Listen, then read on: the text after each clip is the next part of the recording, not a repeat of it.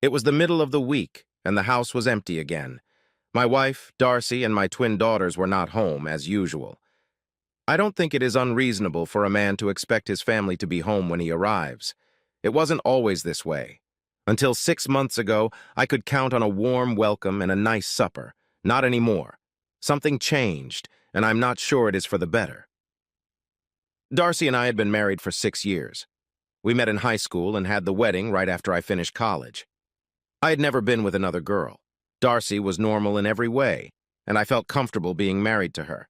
She had brown hair, brown eyes, a nice figure, and normal breasts. She didn't stand out, just blended in. Because of this, I never had any reason to doubt her fidelity. Maybe that is the reason I should have. We had two beautiful 4-year-old twin daughters, Janet and Janice. I loved them dearly, but Darcy didn't seem to feel the same way. She didn't enjoy the childbirth and insisted that I get fixed immediately afterwards. For the first few years, she would look forward to my getting home so that I could look after the twins. Then we met Bill and Emily. Not Emily Mercer could not have children of her own and would volunteer to babysit every chance she got. Darcy was elated. She could get out of the house and go shopping or take care of other personal things anytime she wanted. I swear that within 3 months' time, the twins were spending more time with Auntie Em than they were with their own mother. Quite often, the four of them would go out together, but usually, Emily would watch the girls while Darcy was running around. Lately, I started to wonder exactly what the running around was that Darcy was doing. It didn't seem to be necessary to be gone that often to support a normal household. Overall, I was happy with my life. I had a comfortable job, a nice home, a late-model car, and a picture-perfect family. Darcy and I would go out occasionally, while Bill and Emily babysat the twins. On weekends, the four of us would get together to play cards or have a barbecue. I liked Bill and enjoyed his company. I wasn't sure of Emily, but Darcy seemed to love her. My concern about how my wife spent her free time was not deep enough to cause me to look into things. I just sort of made a mental note of it and moved on. It was a Tuesday morning when things got interesting. I parked my BMW in my reserved spot at work. I was high enough on the food chain to get a parking spot, but not a good one. It was at the end of the lot and on a slant, but better than no slot at all. A level parking lot in our town was rare. Why the founding fathers choose a place as hilly as this to build a city on always baffled me. I was only at work for about an hour when I had to go out on a call. I think the crappy parking spot saved my life. It hadn't rained it several days, but there was a wet spot on the ground by my front wheel. Normally, I wouldn't have had a second thought about it, but not today. It was running across the asphalt in small, shiny rivulets. There was a metallic shine to the liquid, and I felt forced to touch it with my finger. It was not water. The BMW was less than a year old, and I could not imagine that anything had broken. I definitely did not want to drive it. 20 minutes later, a mechanic was on his back looking under my car. "I am sorry, Mr. Evans, but I am going to have to report this to the police." A broken brake line has to be reported to the police. Sorry, but that doesn't make sense. I am not an expert at this stuff, but that line didn't break or come loose. It was tampered with. You mean it was cut? No, it wasn't cut. It looks like it was filed or sanded down with something. Things like that don't happen by accident to metal flex lines. This was done on purpose. Don't touch anything and let the cops handle it. How far could I have gone? 2 blocks at the most, and the whole system would have been emptied. With the hills in this town, you would have had a hell of a ride and a nasty stop. Let's leave this and go to the shop. I can give you a loaner until the police are done with it. By the time I left work, the BMW was not there. I finished the day using the free rental car and got home at my normal time. Darcy was home and seemed surprised to see me. "Hi, honey. Did you have a good day? Where is your car? Why are you driving a Ford?" Something seemed suspicious. Why did she choose today to stay at home? Was she waiting for a phone call? I noticed that she didn't have supper ready. I got the feeling that she wasn't expecting me to come home at all. Even the twins were there to greet me. The Beamer was due for a 30,000-mile checkup. They won't be able to get to it until tomorrow. What is for supper? I don't smell anything. I saw no reason to tell her about the brake line. Darcy was stammering around a little. I thought we could order in tonight and wanted to wait to see what you were hungry for. Pizza is fine. I'm going up to take a shower. Before I got under the water, I could hear Darcy talking to someone on the phone. Things were getting interesting. I had an early visitor the next day at work. Robert Evans, I am Lieutenant Daniel Green. Do you have a minute? Of course. Is this about the car? Daniel Green was a large man, but not fat. He had close-cropped hair and wire-framed glasses. Except for the rosy glow to his skin, he seemed to reek of efficiency. We are done with the car, Mr. Evans, and you can pick it up at the shop any time. Your mechanic was putting a new brake line on as we were leaving. We have a few questions, if you don't mind.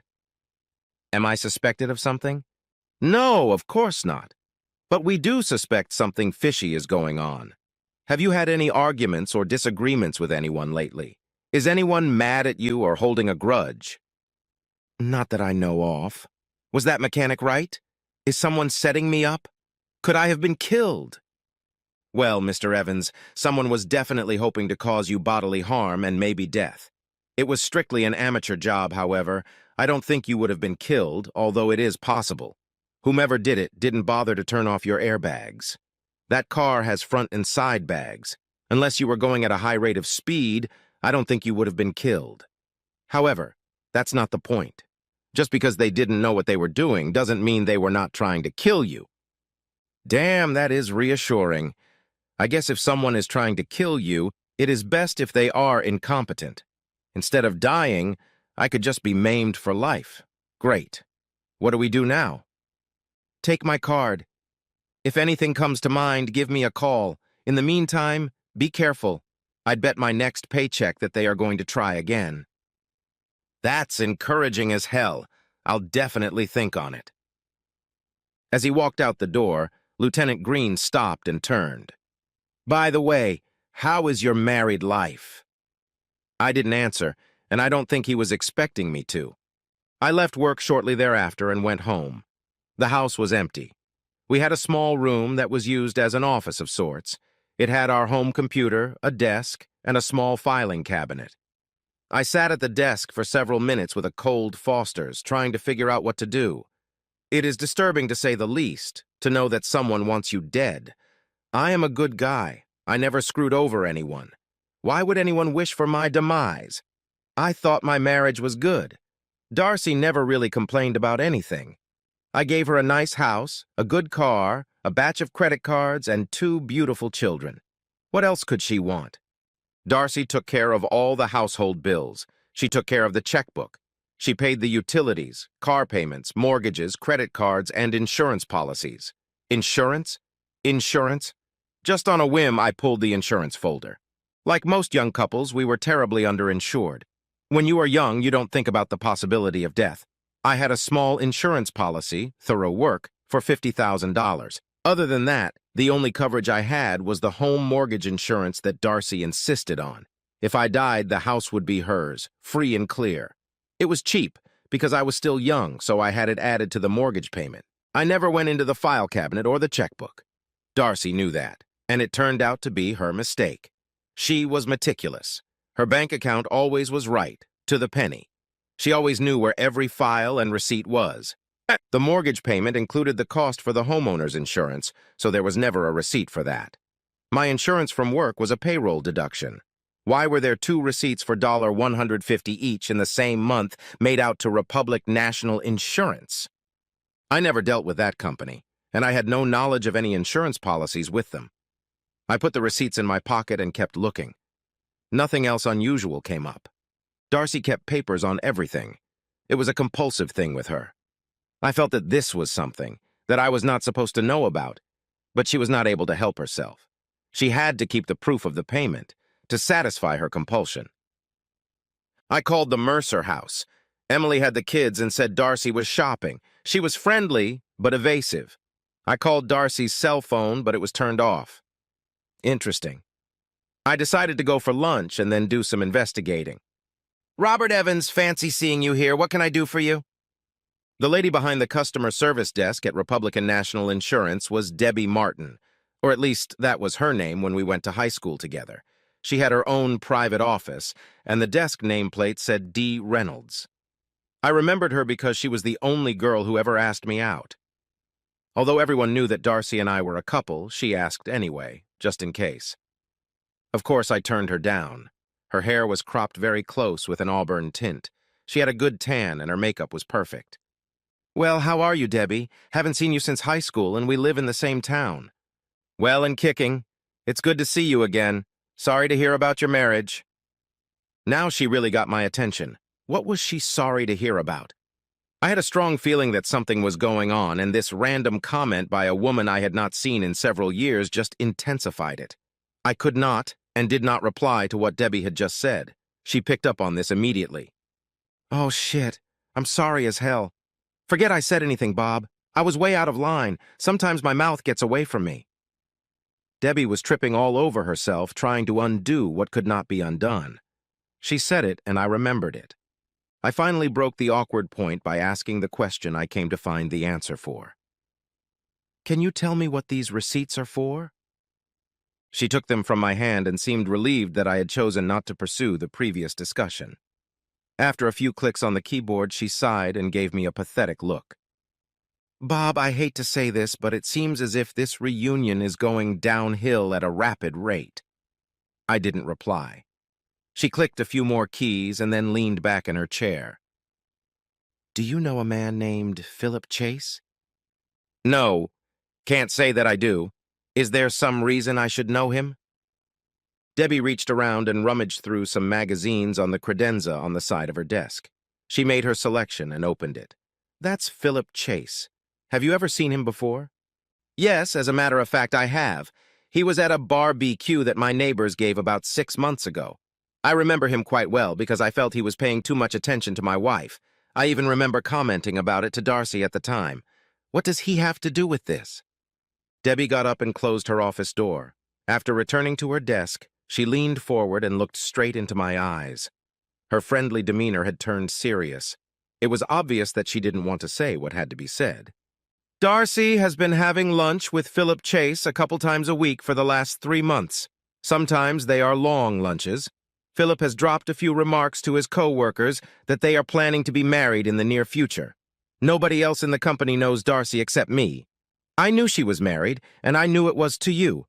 That's why I misspoke when I first saw you. I assumed that this was something you knew about, and that you were here to settle some insurance questions related to a pending divorce. I apologize for being insensitive." "Do you know this guy?" "We work in the same building and for the same company. I always thought he was an asshole and never understood what Darcy saw in him, especially since she had you." I found the last part of that comment to be interesting. "What were the receipts for?" "Technically, you should know. About a month ago, you took out $250,000 term life insurance policies. This was the initial payment on those policies. That is the maximum amount you could get on those policies without a physical. Both policies are double indemnity in case of accidental death. That's a cool $1,000,000. From the look on your face, I am guessing you knew nothing about this." "Just curious. Who was the agent that wrote these policies for me?" Debbie glanced at the screen quickly. "Surprise, surprise! It was your favorite insurance man, Philip Chase." "I assume I had to sign something at some time?" Debbie turned the screen so that we could both see it, and then paged to both documents. The signature looked like mine, and amazingly enough, in both places were exactly the same, as if it were a copy or some type of facsimile. We both sat and looked at each other. She was waiting for me to say something, and I didn't know what to say. Finally, I reached into my coat pocket and slid Daniel Green's card across to her. "Can you call this guy and explain to him what is going on? I am afraid if I do it, some of the credibility will be lost." Debbie looked at the card and back at me. "Something else is going on here, isn't it, Bob?" "Yeah, I am afraid so." As I got up to leave, she asked one last question. "Am I going to see you again?" I thought about the question a long time. I guess it was only a fraction of a second in real time, but it went deeper in my mind. "Professionally or socially?" "Either." I gestured to the nameplate on her desk. "What about Mr. Reynolds?" "He is long gone."